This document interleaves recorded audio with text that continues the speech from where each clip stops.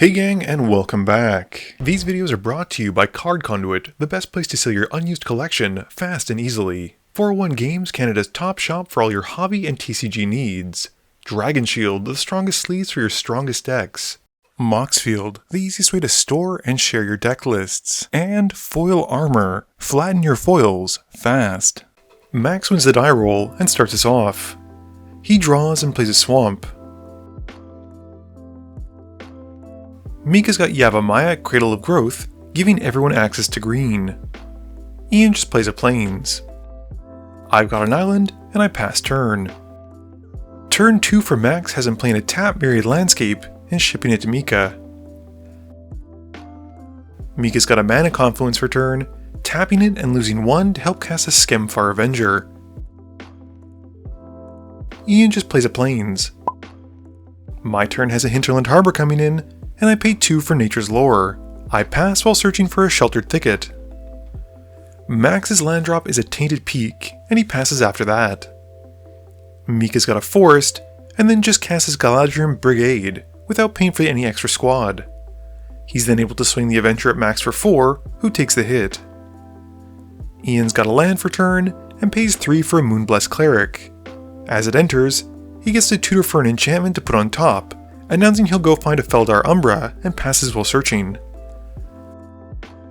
I've got a Reflecting Pool and continue to ramp with a Cultivate. Max decides to join in, sacrificing his Myriad Landscape to find 2 mountains, while I find a basic to the field and a basic to my hand. Max's turn has a Jet Medallion coming in, which allows him to cast an Agent of the Shadow Thieves for only 1 black. He then follows up with Glass of the Guild Pact, and passes to Mika after that. Mika's Woodland Cemetery comes in untapped, and he's able to then cast Tyvar Kell. He uses the Planeswalker's 0 ability, making a Green Elf Warrior token. He then swings the Avenger at Max again, dealing 4, and after combat, taps his Brigade for a green to help cast Lavispur Boots. Ian drops a land for turn, and then brings out Danitha. He then enchants her with All That Glitters, and passes to me. My turn is quick and boring, as I just play a forest and then cast my commander, passing once my dragon resolves. Max has a Wayfarer's Bauble in his main phase, and follows that up with a Bloodsworn Steward once it resolves. Mika plays a Wirewood Lodge for turn, and then pays 1 for Soul Ring. He then taps enough for Lathril, and once she's out, gears her up with the Lavispur Boots.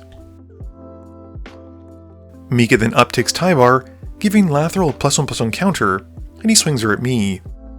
He also swings the Avenger at Max. We both take our hits, and with Lathril connecting, Mika gets to make 5 elf tokens. Ian's got a Minimus Containment in his main phase, and enchants it onto Lathril, paying the normal cost because the reduction from Danitha is counteracted by the ward cost basically. This has Lathril for all intents and purposes becoming a treasure token, and the Lavispur Boots fall off. Ian then enchants the Cleric with the earlier found Feldar Armor, and going to combat, Danitha then hits Max for 5, which has Ian gaining 5 life. I've got a basic for turn, and then cast Adrix and Nev, passing after they resolve. Max's turn has him tapping enough for the Master Multiplied, thanks to the reduction from the Jet Medallion, and he goes to combat. He swings his commander at Ian, and makes a Myriad token going at Mika and I. He also gets to trigger the Agent of the Shadow Thieves, giving the Master a +1/+1 counter and indestructible until end of turn. I block the token with Miirym, while Ian blocks with the Moonblessed Cleric, and Mika takes his hit. The Cleric does have lifelink, which has Ian netting 3 life from the attack, and the Totem Armor sacrifices itself to save the Cleric. At the end of Max's turn, I cast an Entis Restoration, sacrificing a land to go and find 3 basics, because I have a creature with 4 power or greater. Mika's turn has him tapping out, using all of his lands and elves to fuel a massive Genesis wave, putting 14 into the X. He reveals his top 14, hitting a few lands, but more importantly a Beastmaster Ascension, Dionys Elvish Archdruid, Growing Rites of Itlamok, Swiftfoot Boots, Wood Elves, and a Canopy Tactician. He resolves the Growing Rites trigger as it comes in, and reveals from his top 4 a Poison Tip Archer, putting it to hand. He then goes to find a land with the Wood Elves. Mika then moves the Swiftfoot Boots onto his Canopy Tactician, and uses Tyvar to untap and give his Skemfar Avenger a +1/+1 counter. He then taps the Technician for 3 green, and this triggers Dionys, untapping the Tactician and giving it a +1/+1 counter, which Mika then taps again for another 3 green. With his floating mana, he's then able to cast the Poison Tip Archer, and then follows up with Shaman of the Pack. With the Shaman entering, he counts up his Elves and blasts me for 13. Going to his end step, the Growing Right transforms into Itlimoc, Cradle of the Sun. Ian enchants Danitha with a Timely Ward in his main phase, and then brings out Sage's Reverie. This has him drawing 3 cards, and further pumping Danitha up. Danitha then goes at Mika, who blocks with the Wood Elves. With the Wood Elves getting taken out, it triggers the Archer, dealing 1 to each of Mika's opponents, while Mika loses 1 and draws a card from the Avenger trigger. Ian does gain 8 life from Danitha's lifelink though, and with nothing else, passes to me. My main phase has me casting Valakut's Awakening, and I bottom 3 of my 4 cards, and then draw a fresh 4 off the top. I'm hoping for a Wrathful Red Dragon or something at this point, but draw nothing that'll help me. I then swing Miirym at Mika, dealing 6 commander damage. My second main phase then has me casting Blasphemous Act for only 1 red, and wiping the board. This has Mika's Archer pinging his opponents for a lot, and he also loses 6 and draws 6 cards from the Avenger triggers. Ian is remarkably fine with the wipe due to his commander being indestructible. I then follow up by casting an Ancient Copper Dragon, mostly to be a blocker, and I pass to Max. Max casts a Ruby Medallion, and his Storm count is 1. He then pays 3 mana for a Mortar on the March, and exiles his commander and the Steward from his graveyard as token copies. He puts the Master back into his command zone though, and he then moves to combat. He swings the Token Master at Mika, and the Steward going at Ian, getting a Myriad trigger to make a token going at Ian and I. Mika and I just take the hits, while Ian blocks his but takes a hit from the Steward in the air, but does end up gaining more life from Danitha than he takes. Max then passes, and no longer needs to sacrifice his tokens because of the Master's ability. Mika plays a Volrath Stronghold for turn, and then brings out Elves of Deep Shadow. He then taps enough for a Jiraga Warcaller, kicking it 4 times.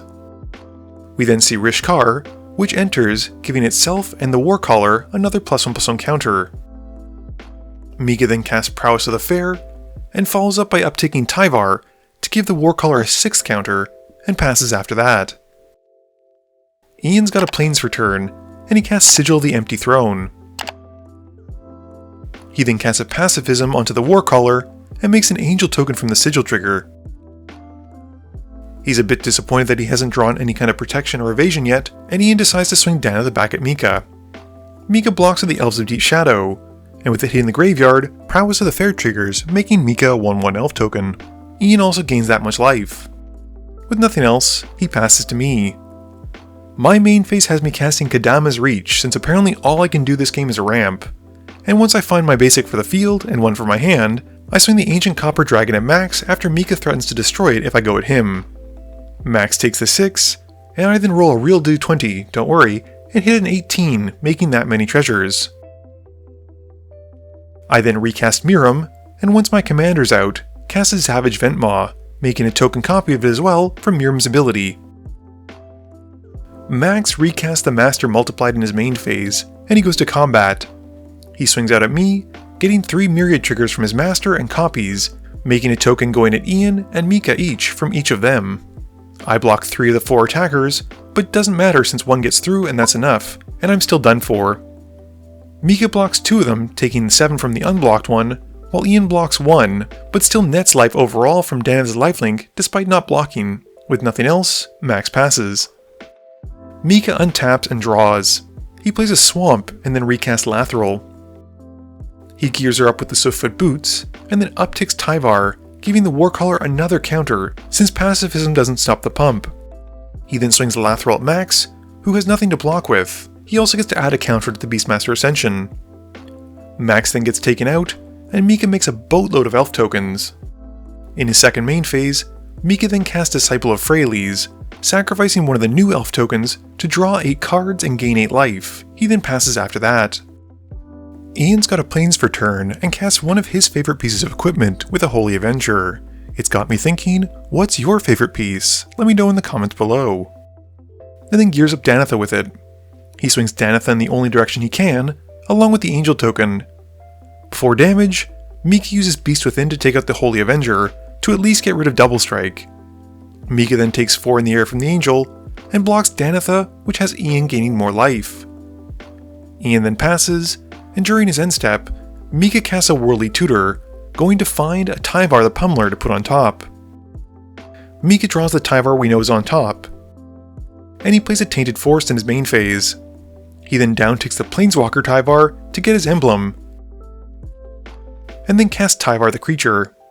This has him drawing 2 from casting it, and then plays out Satina, Speaker of the Tarju, drawing 2 again, and then going to find a basic for the field.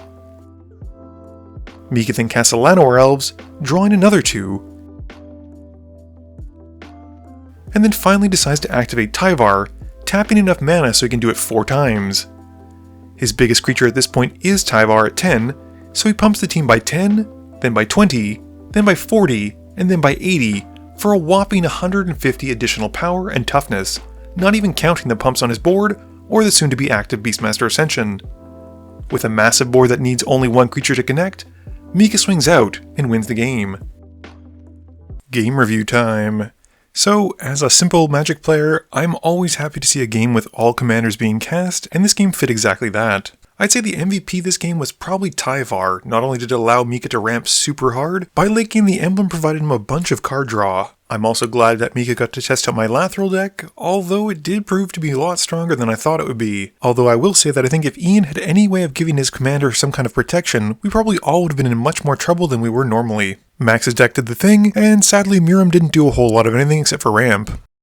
This video wouldn't be possible without the help from my sponsors, but it definitely wouldn't be possible without the help from you, the viewers, and my patrons. So I just want to say thank you for watching, and to remember, friends are just opponents you haven't eliminated yet.